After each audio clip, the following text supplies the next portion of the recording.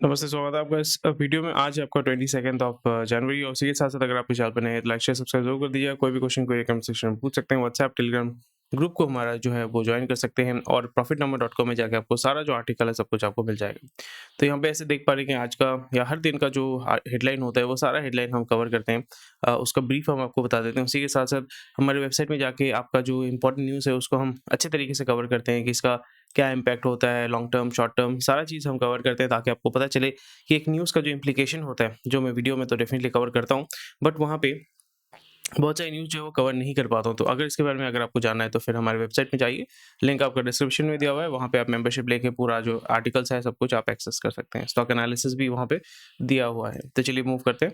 सो आज जैसे आपको पता है कि आपका अयोध्या में राम मंदिर का प्रतिष्ठान दिवस है। डेफ़िनिटली देखिएगा, एन्जॉय कीजिएगा और आज इंडिया में छुट्टी है हर जगह पे। ज़्यादातर जो सेंट्रल गवर्नमेंट है, प्राइवेट में छुट्टी नहीं है बट सेंट्रल गवर्नमेंट जितने भी सारे हैं, स्टेट गवर्नमेंट बहुत सारे ने छुट्टी दिया है, सो दैट इज़ वेलकम।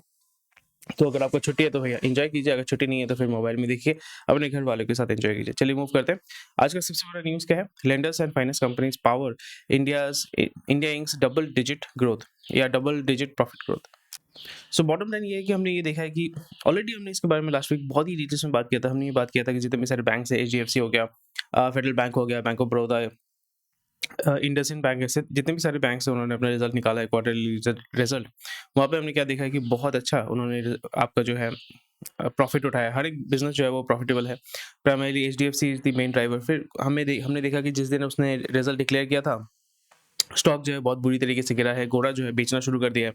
पर अगेन जैसे मैंने बताया कि दीज़ आर टेम्परेरी। यहाँ पे मार्केट में जब भी हेवी सेल ऑफ होता है, हेवी बाइंग होती है, हेवी सेल ऑफ होता है, that does not mean, to be honest, it should not mean anything to you. It should not mean good to you, it should not mean bad to you.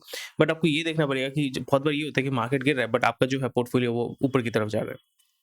May be market जो है ऊपर की तरफ जा रहा है but आपने जिस स्टॉक में इन्वेस्ट करके रखा हुआ है, जिस कंपनी में आपने इन्वेस्ट करके रखा हुआ है या जिस कंपनी में आप इन्वेस्ट करना चाहते थे वहाँ पे आप इन्वेस्ट नहीं कर पा रहे हैं। So it all depends on you. इसलिए हमेशा जब भी आपको कोई कहता नहीं मार्केट गिर गया, वो हो ये क्या हो गया, क्या होगा, कुछ नहीं होता भाई। ये पर्सपेक्टिव ये डिपेंड करता है वो आपके लिए सही है कि गलत है, वो आपको डिसाइड करना पड़ेगा।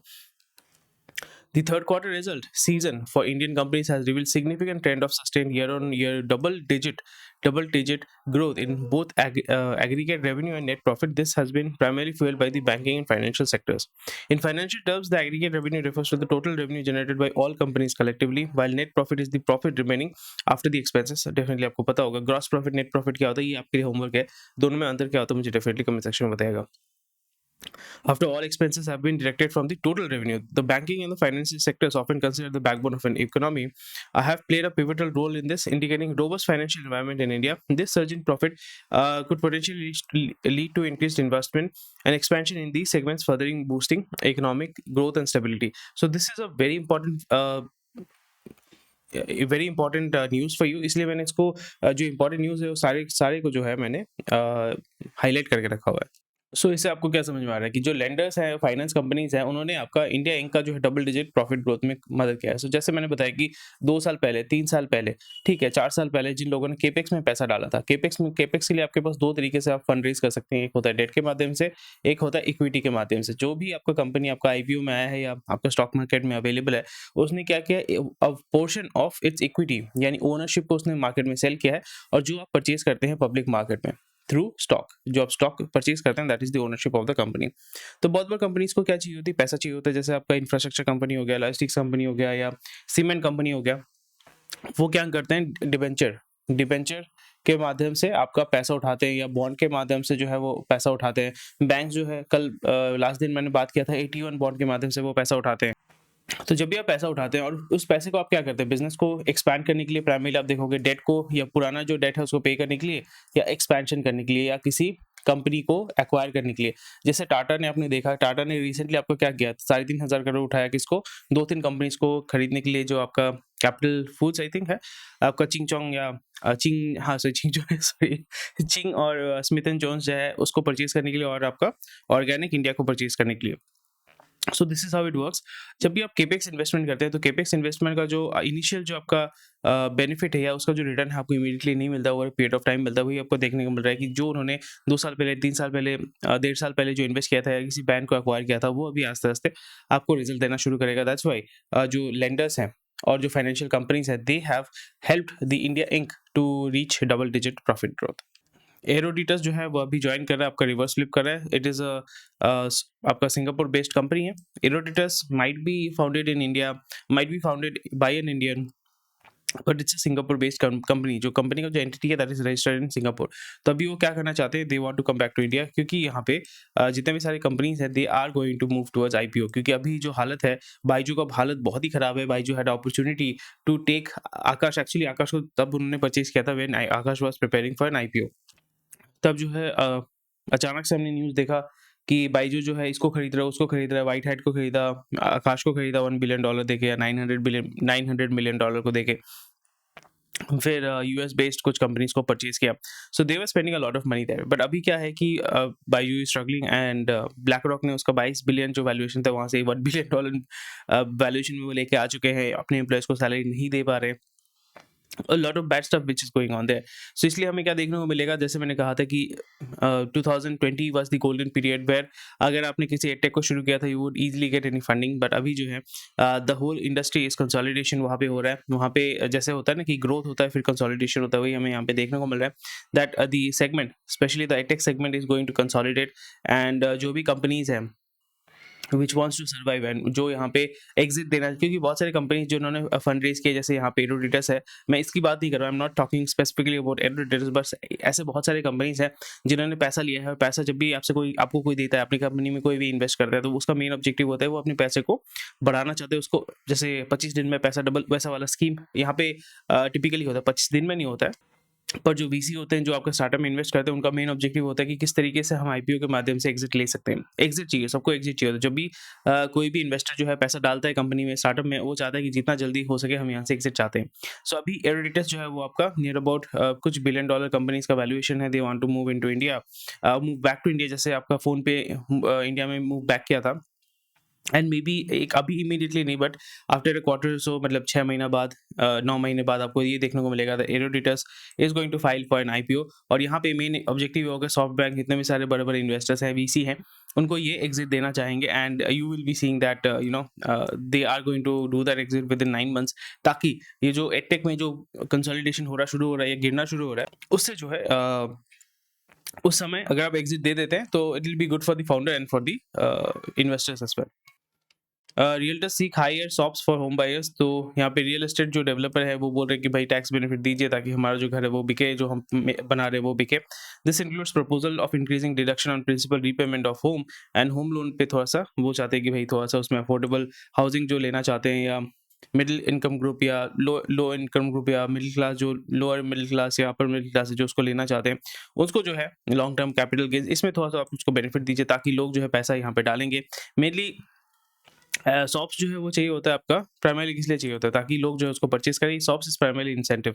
तो अगर आप इंसेंटिव दोगे, क्योंकि अभी जैसे मैंने बताया कि रियल्टी में अगर हम देखें, रियल्टी सेगमेंट में या इंफ्रास्ट्रक्चर सेगमेंट में अगर हम देखें, जो हाउसिंग है, हाउसिंग में जो रिटेल हाउसिंग है that is going to suffer a lot. हमें दिख नहीं रहा है, बट बताया जा रहा है कि प्राइसिंग जो है 19% 20% ग्रोथ हुआ है, बहुत अच्छी बात है। बट यहाँ पे आपको देखना पड़ेगा कौन से सेगमेंट में सबसे ज़्यादा ग्रोथ हुआ है। जो अफोर्डेबल हाउसिंग है वहाँ पे आप देखोगे अभी बहुत सारे ऐसे प्रोजेक्ट्स हैं जो बड़े बड़े कंपनीज शुरू करी है, वहाँ पे उनको बायर्स नहीं मिल रहे because the interest rate is so high. जो हाउसिंग लोन है, एक तो है कि अवेलेबल नहीं है, ईजिली मिलता नहीं है। दूसरा है कि आपका इंटरेस्ट रेट बहुत ज़्यादा हाई है। तीसरा है कि आपका property rates are also very very high. तो बंदा जब लेगा वो देख रहा है कि भाई इससे अच्छा मैं भाड़े के घर में रहूँ भाई। क्योंकि अगर आप देख रहे हो कि आपका जो एक अपार्टमेंट था, जो 3 बीएचके अपार्टमेंट था, जो पहले 25 लाख रुपए था, अभी उसका दाम आपका 35 लाख रुपए हो गया है। वहाँ पे उसको इंटरेस्ट रेट भी बहुत ज़्यादा, दाम बढ़े कोई इश्यू नहीं है, दाम बढ़ सकता है, उसमें कोई दिक्कत नहीं है। बट अगर आपका इंटरेस्ट रेट बहुत ज़्यादा हाई होता है, तो फिर जो बंदा लेने वाला होगा वो देखेगा कि मैं ऑलरेडी इस पे 20-30% मैं उसको ज़्यादा दे रहा हूँ। मतलब वैल्यूएशन के पॉइंट ऑफ व्यू से अगर मैं देखूँ तो वैल्यू ऑलरेडी 10 लाख रुपए बढ़ गया है। ठीक है, 10 लाख रुपए मतलब नियर अबाउट 30-40% उसका प्राइस बढ़ चुका है। उसके ऊपर मैं वो भी देने के लिए राजी हूँ, बट उसके ऊपर मैं देख रहा हूँ कि मेरा जो लोन है वो जो 8% होता है, 7% होता तो बहुत अच्छी बात है, वो अभी 9% 11% हो गया। और वो भी फ्लोटर बेस्ड है, यानी उसका इंटरेस्ट रेट ऊपर नीचे हो सकता है। सो बंदा जब देखेगा कि उसके दूसरे भी एस्पिरेशंस है, दूसरी जगह पे उसको खर्चा करना है, जैसे गाड़ी खरीदना है, बाइक खरीदना है, घर वालों ने पुश किया कि भाई टीवी खरीदना है, इलेक्ट्रॉनिक्स खरीदना है, तो वो मतलब बंदा सोचेगा कि भाई उससे अच्छा ये है कि हम भाड़े के घर में रहेंगे भाई, छोटा सा घर में रहेंगे, बट अपना गाड़ी होगा, अपना बड़ा टीवी होगा, घर वाले भी खुश है, मैं भी खुश हूँ। सो इसकी वजह से दिस इज अ रियलिटी। मैं ये आपको रियलिटी बोलने की कोशिश कर रहा हूँ, समझाने की कोशिश कर रहा हूँ। आप अग्री करते हैं तो डेफिनेटली मुझे बताइएगा। आप अगर अग्री भी नहीं भी करते हैं तो मुझे ये भी बताइए कि आप मेरे साथ क्यों नहीं अग्री करते हैं। हाँ, ठीक है।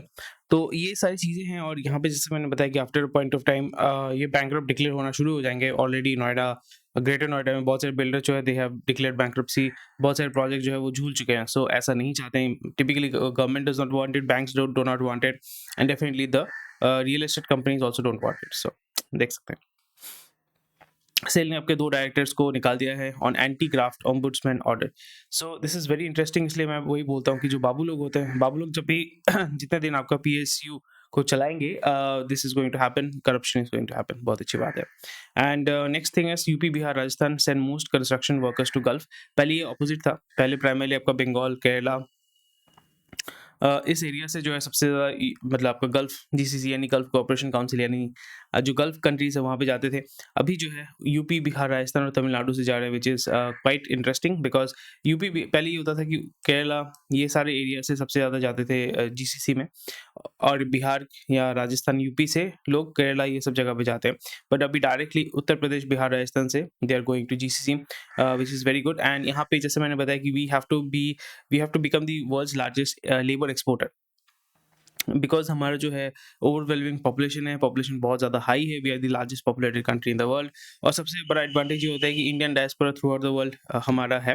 थ्रू आउट किसी भी देश में चले जाओ, किसी भी शहर में चले जाओ, आपको कोई ना कोई इंडियन आपको दिखेगा। So that's a very big advantage. और इस जगह पे हमें क्या देखने को मिल रहा है कि जब भी आप लेबर एक्सपोर्ट करना शुरू करेंगे, बिकॉज़ जहाँ पे भी आपका एक्सपेंशन हो रहा है, अगर हम गल्फ में देखें, गल्फ में पूरा गल्फ ही प्राइमरीली आपका इंडियन इंडियन लेबर या साउथ एशियन लेबर नहीं बना है, ठीक है? ये बुर्ज खलीफा, ये जितने भी सारे आपके प्रोजेक्ट्स आप देखते हो, वहाँ पे लेबर कौन है? लेबर का काम कौन करता है? प्राइमरीली आपका साउथ ईस्ट एशियन मतलब पाकिस्तान, इंडिया, बांग्लादेश, नेपाल, भूटान और श्रीलंका, यहाँ से सबसे ज़्यादा लेबर जाते हैं। प्राइमरीली आपका पाकिस्तान, इंडिया और बांग्लादेश से सबसे ज़्यादा लेबर आपके जाते हैं वहाँ पे काम करने के लिए।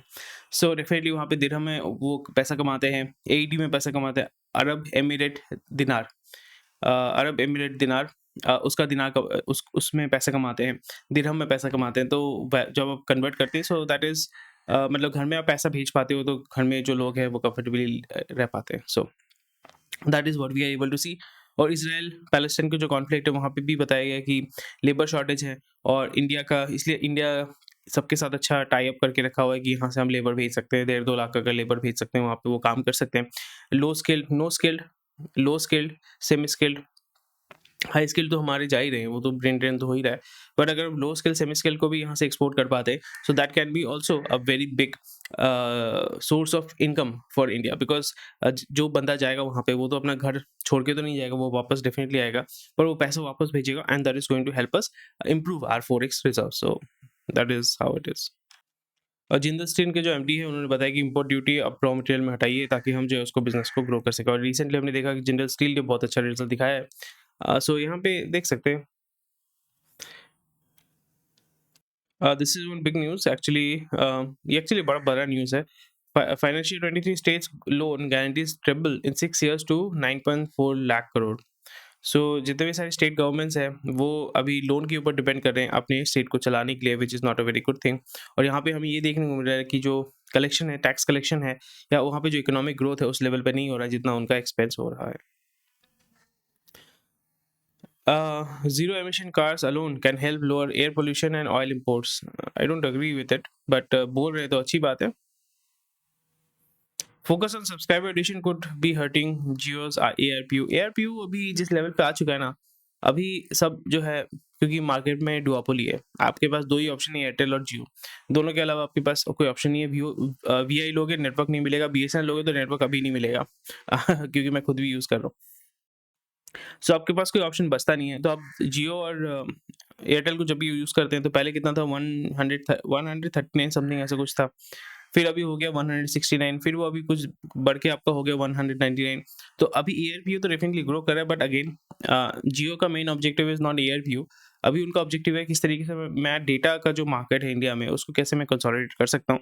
सो they will be focusing ARPU will be a focus, but उनका जो प्लेटफॉर्म है, जियो प्लेटफॉर्म जो है, उस पे वो फोकस करना चाहते हैं। We want to get people on board and we are going to incentivise, क्योंकि जैसे आपने देखा होगा कि अगर आपका जियो सिम है तो फिर आप जियो सिनेमा के जो फीचर्स हैं या मैच है वो फ्री ऑफ कॉस्ट देख सकते हो। So that adds as an acts as an incentive. तो यहाँ पे अगर 2% ज़्यादा भी लेंगे, 3% ज़्यादा भी लेंगे ना, तो फिर बंदा जो है वहाँ पे जियो का एक सिम डेफिनेटली लेके रखेगा। Markets in fairy tale scenario, US tech space close to a bubble. So Vincent Mortier जो है वो चीफ इन्वेस्टमेंट ऑफिसर है एमोंडी का। Europe's largest asset manager has raise concern about US technology sector approaching a bubble situation. Mortier बोल रहे हैं कि जो 2 ट्रिलियन से ज़्यादा आपका एसेट मैनेज करते हैं कि यूएस में जो फेडरल फलाना फलाना फलाना, this you should be studying this, because यहाँ पे अगर फिर से यहाँ पे बबल फूटता है यूएस में, अगर और एक बबल फूटता है तो उसमें क्या होगा कि जितने भी आईटी कंपनीज है, स्पेशली सबसे पहला हिट होगा हमारे इंडियन आईटी कंपनीज के ऊपर। उनका जो पैसा आ रहा है या उनके जितने भी कॉन्ट्रैक्ट्स है, बहुत सारे कॉन्ट्रैक्ट्स को जो है ऑनर नहीं किया जाएगा, इट विल बी डीलेड। और फिर इंडिया में जो ये जो काम आ रहा है वो अगर नहीं आता है तो फिर जो बंदे हैं उनको भी ले ऑफ कर दिया जाएगा। सो दिस इज समथिंग, एक ग्लोबल अप्रोच होता है, एक ग्लोबल इम्प्लीकेशन होता है, हमें यही देखने को मिल रहा है। बट यूएस में बबल हो ना हो, इंडिया में definitely there are couple of bubbles which are there, and वो कब फूटेगा कोई गारंटी नहीं है। सो इंडिया में कौन कौन से सेक्टर में बबल है? एक सेक्टर तो डेफिनेटली मैंने ऐसे बताया कि one sector is real estate, ठीक है। Second sector is finance, finance as in I am not talking about banks, but I am talking about in general जो लोन्स प्रोवाइड करते हैं, एनबीएफसी हो गया, बैंक्स हो गया, फाइनेंशियल सेक्टर है। वहाँ पे एक बबल आपको एटलीस्ट मेरे को तो देखने को मिल रहा है। वो फटेगा कि नहीं फटेगा मुझे पता नहीं, but there is a bubble there. NARCL ने बोला कि 270 करोड़ देंगे पिंक सिटी ईवे के लिए और 15% का रिकवरी है। रिकवरी 15% प्लस, भाई 100 रुपये आपने डाला होगा उसमें आपको रिकवरी हो रहा है 15%, which is so sad. NPA भाई, एनपीए इंफ्रास्ट्रक्चर सेगमेंट में एनपीए तो भयानक लेवल पे। एक्सपोर्ट जो है grow at 22% in April December, which is very very exciting. This is growth is largely attributed to the surge of smartphone, notably Apple का iPhone. This is something which is very concerning. जब भी आपका यहाँ पे एक ही stream से आपका सबसे ज़्यादा इनकम आता है, इसलिए आपको हमेशा ध्यान रखना पड़ेगा कि लाइफ में this is what I follow, कि अगर आपका लाइफ में एक ही स्ट्रीम से है, क्योंकि जब आप नौकरी करते हैं, नौकरी जब आप करते हैं तो आपका इनकम सोर्स क्या होता है? एक ही होता है, और उसी ऊपर आप 100% डिपेंडेंट होता है। जब आपके पास 5 सोर्स है, हर एक से आपका 20% 25% करके आ रहा है, तो फिर एक अगर ऑफ हो जाता है आपको उतना दुख नहीं होता है। फिर आप देखते हो कि हाँ, दूसरा और एक जो इनकम सोर्स है वो हम कैसे तैयार कर सकते हैं। बट यहाँ पे भी हमें वही देखने को मिल रहा है that this growth is largely attributed due to iPhone. So iPhone अगर गिरता है, उसका डिमांड गिरेगा नहीं, बट अगर गिर जाता है तो फिर वहाँ पे definitely it is going to hurt the electronics export of India. Goods and services export rise marginally 2023, decent है। राम टेम्पल टूरिज्म में push and add 25,000 crore to UP's tax revenue. This is mind boggling, this is mind boggling. And ये आपको, जैसे मैंने बोला, temple economy is back. यहाँ पे alcohol नहीं, कोई भी नशे वाला चीज से नहीं, they are actually going to make a lot of money from temple economy. So this is something which every state has to consider. Robust economy fuels 8% year on year surge in power consumption. Power consumption, और यहाँ पे हमें बोला जा रहा है कि भाई इलेक्ट्रिक व्हीकल खरीदो। इलेक्ट्रिक जो है गवर्नमेंट बोल रही है कि भाई हम जो है थर्मल पावर प्लांट तैयार करेंगे, बट न्यूक्लियर में भी आई थिंक बैकएंड में काम हो रहा है, बट वो पब्लिक में उतना हाईलाइट नहीं हो रहा है। So nuclear is the future and I believe that nuclear, hydrogen fuel, these are the future of India. MIDC Thane greater Noida Manesar top in land cost for warehouses. क्यों मुझे बताइए? थाने जो है it is connecting Mumbai, greater Noida is connecting Noida, Gurgaon, Delhi. Manesar is connecting, Manesar जो आपका गुड़गांव के पास में, it is connecting Gurgaon and Delhi. So इसलिए आप एक बड़े मार्केट को सप्लाई करने के लिए बाहर जो है उस एरिया में आप वेयर हाउस तैयार करते हो, क्योंकि हर एक यहाँ पे जितने भी 1 2 3 शहर जो आप बात कर रहे हो ना, वहाँ पे they have access to a population of more than 2 crore in total. 1 crore से 2 करोड़ का पॉपुलेशन वो केटर करते हैं, उनके पास एक्सेस है। And these are rich cities, Gurgaon, Noida, Delhi, Mumbai, these are very rich cities. And these are, मैं ये नहीं बोल रहा this is the only reason, but these are one of the reason that the cost is going high. Building beauty and digital capacities HUL top priority. So HUL अभी जो है एक saturation level पे जा चुका है, और जैसे मैंने बताया कि India is going to have a ageing population, और लैक्मी जो है it is owned by HUL। So 50% of population is women, and जब एजिंग पॉपुलेशन होगा women are going to require more and more makeup, botox, ये सारी चीज़ें जो है उसका एस्पिरेशन, उसका डिमांड डेफिनेटली मार्केट में ग्रो करेगा। So that's why these are one of the reason that these companies are going to focus more on beauty, and pharma companies are also going to focus more on anti ageing cream and botox implants, ये सारी चीज़ों पे, जिसका demand जो है आस्ते आस्ते grow करेगा। जो आपका, ऐसे सिंपल भाषा में बात करता हूँ कि इंडिया में उतना प्रचलित नहीं है, पर जैसे अपने जो अमेरिका, प्राइमरी अमेरिका में हमने देखा कि प्लास्टिक सर्जरी, बोटॉक्स, इम्प्लांट्स बहुत ज़्यादा डिमांड पे होता है। कैलिफोर्निया ये सब जगह पे तो बहुत सारे क्लिनिक्स है जो सारा दिन यही काम करते रहते हैं, इम्प्लांट लगाते हैं, बोटॉक्स लगाते हैं। वो आस्ते-आस्ते मुंबई, दिल्ली यहाँ पे भी अवेलेबल है। स्लोली एंड ग्रेजुअली ये स्प्रेड करेगा एंड इसका डिमांड बढ़ेगा। तो इस जगह पे डेफिनिटली फार्मा कंपनीज़, फिर आपका जो beauty companies, cosmetic companies are definitely going to make good amount of money there. Demand for gold and silver Ram Mandir coins, statues, shrines. So for obvious reasons. Kuwait Singapore sovereign fund जो है वो अभी Zomato share में वो invest कर रहे हैं। Company stock has risen more than 160% in the year this shift.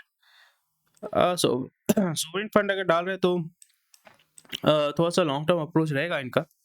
So let's C.